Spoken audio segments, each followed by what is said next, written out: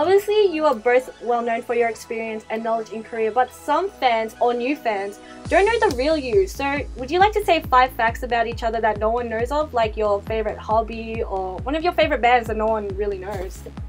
Okay. That's really interesting. That is really interesting. Are we supposed to say about each other or like? No, let's just think of like random stuff about ourselves. Okay, so if I had to say like a favorite band, I grew up listening to A Tribe Called Quest. They're probably my favorite band of all time. Favorite band within the past like decade, I'd probably say is Crystal Castles that we listen to obsessively. Favorite band for the past year, I've been listening to far too much My Bloody Valentine. Yeah. Okay. My favorite band, like probably almost ever, is Deftones. I love the Deftones. I grew up listening to like heavy metal and rock, and so even though I love K-pop and we like music from all over the world, I still always like fall back into rock music a lot of the time. Yeah. Deftones, Radiohead, Static X, Rammstein, that kind of stuff. Another thing people don't know about me, I don't think I've ever actually mentioned this in the video before, because we do reveal a lot of like secrets about our past, mostly during like live chats. Live chats, we always like spill out our secrets. I don't think I've ever mentioned that I hate socks. Like I think that I was a hobbit in my past life. I hate having shoes. I hate having anything on my feet. Like, well, like my feet are too big for a lot of socks, and it's like my feet sweat. I just want to walk around barefoot as much as possible. That is a special secret. Yes. Simon's dirty secrets revealed. Gossip headline. Okay. I'm trying to think of something else. What else? I love cooking. I love baking and making cakes and cupcakes, and my like future dream life goal forever when I'm like 80 is to open up my own like cupcake coffee shop and like be like Mama Martina, who's like making cupcakes. You have some cupcakes, and for some reason I'll develop like a European accent. I used to be very, very good at basketball. I actually thought I was going to be in the NBA. Like it's something that I trained for a lot. Like I would like practice like 3 to 4 hours a day. So I'm really good, except I haven't played for the past couple of years. So I'm sure I'm not as good as I used to be, but I used to be really, really, really good. He was really good. Like I met him in university when he was in his basketball prime, and it was ridiculous. Went to the court to watch him, and he just embarrassed everyone. Now, not anymore. I don't even know if I remember how to dribble a basketball. You're okay. Do you actually have any friends that could play basketball with you in Korea? There was some, like when like the first year that we were here, like that's when I like was transitioning more into like spending a lot of time on the website. But before that, there was a group of foreigners, and we had like a Seoul basketball league that we were part of, and I was part of the Bucheon Bling is what we call ourselves. We had jerseys and everything. It says bling on their butts. Yes. It's hilarious. It says like bling. It's this really was, funny. and again, this was when I was transitioning out of being good at basketball, so I was like slow at the time. I wasn't as good of a shooter, but like there are people that you can get together and play basketball with here. Except rules in Korea are so different.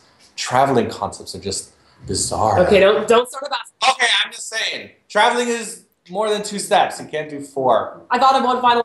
Okay. I had a libret and lip ring for like 9 years. Wow. Yeah, so I like a leftover hole, but I only took it out because I started teaching in Canada. But we thought that we were going to be professional and serious. So I had to pull that out, but I had a really great piercing there, and it's gone. Good. Would you ever actually consider putting it back, just like for fun?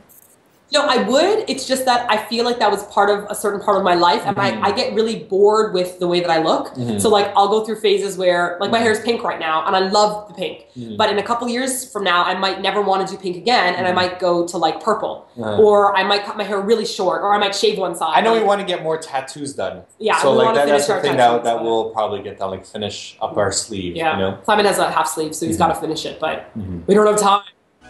You guys are always together from recording and scripting to editing and rendering. Just a question, do you guys ever get sick of each other?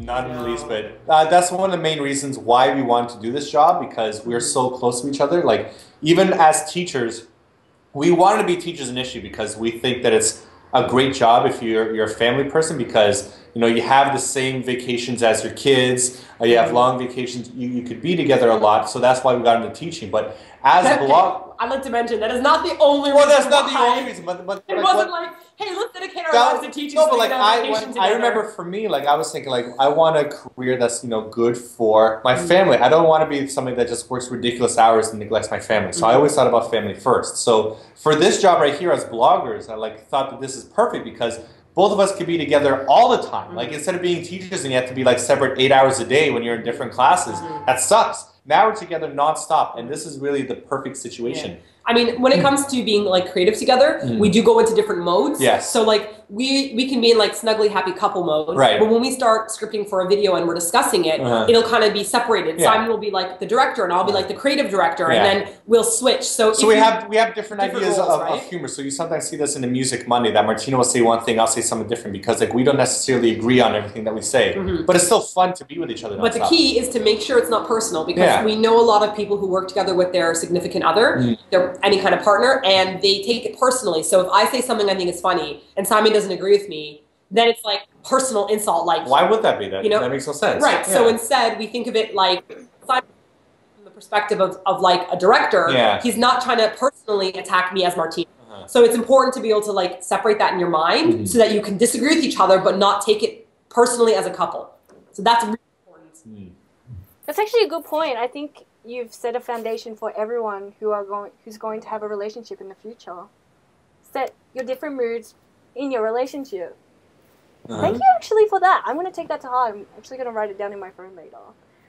Okay. That was one of our secret goals of the website, actually. Yeah, like more important than like talking about Korea or whatnot. Like we want to show a happy marriage, because like we grew up, like, or at least I grew up with like very bad, depictions of marriage in television, and like I always thought to myself that I'd never get married because marriage seems like it sucks. But now that I'm in such a happy marriage, I want to show everyone that this is a great thing, and I want to show people that there is hope in the world. Communication and like communicating with each other, and you can be very happy. I mean, all the time, every day. You wake up every day, and we're like, "This is the best." And we're like, "Let's like we can actually do that every day." So as a couple, who do you guys mostly look up to in like K-pop, in the K-pop community? Like, which group do you guys as a couple want to support the most?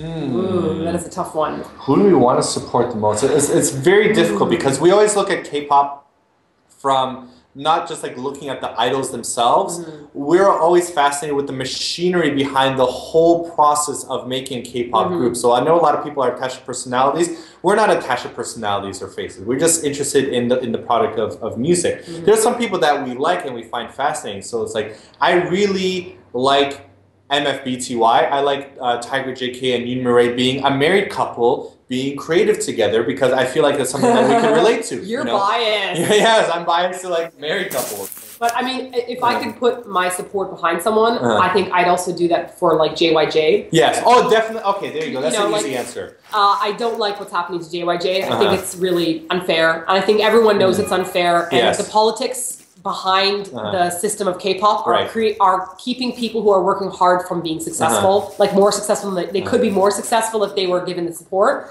And I put my support behind Yukis because they work so hard and they still haven't won an award, which is ridiculous. And I hate it when like one band wins an award and the other band, the song and video were definitely better. And not from like a biased perspective, from people being like, what? So I think Yukis, JYJ, and BEG, Brown Eyed Girls, I think they deserve more attention. Definitely more attention. Aside from making Eat Your Kimchi a constant successful business, do you have anything planned in the future just for you two? Like maybe adopting a new sibling for Spudgy and Dr. Meme as well? Parrot. Oh, you're so nasty! At the moment, we don't have any plans for that. Like right now, like we have some like new staff here, and the thing that we're trying to get, like the thing that we're not used to is, before like we had a student, before we had staff, the idea was just, the two of us, and we understand each other so well. So if I had an idea, Martina could finish my sentence, right?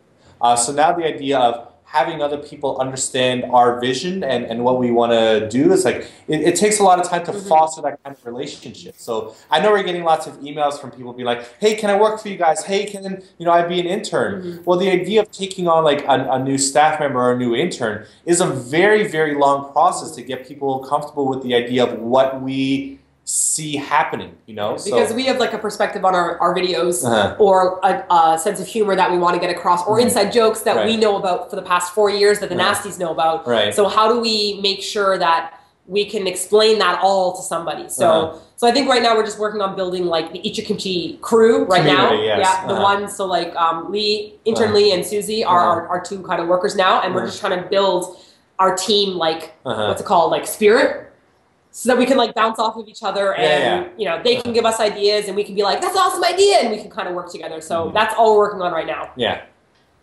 So thank you, Simon and Martina. That's the end of the interview, but I actually have something a little special for you that I made. It's called the fire round, where I put you guys in a scenario and you guys have to say the first answer that comes to your head, and you can't have the same answers until the last question, which I'll tell you what the last question is.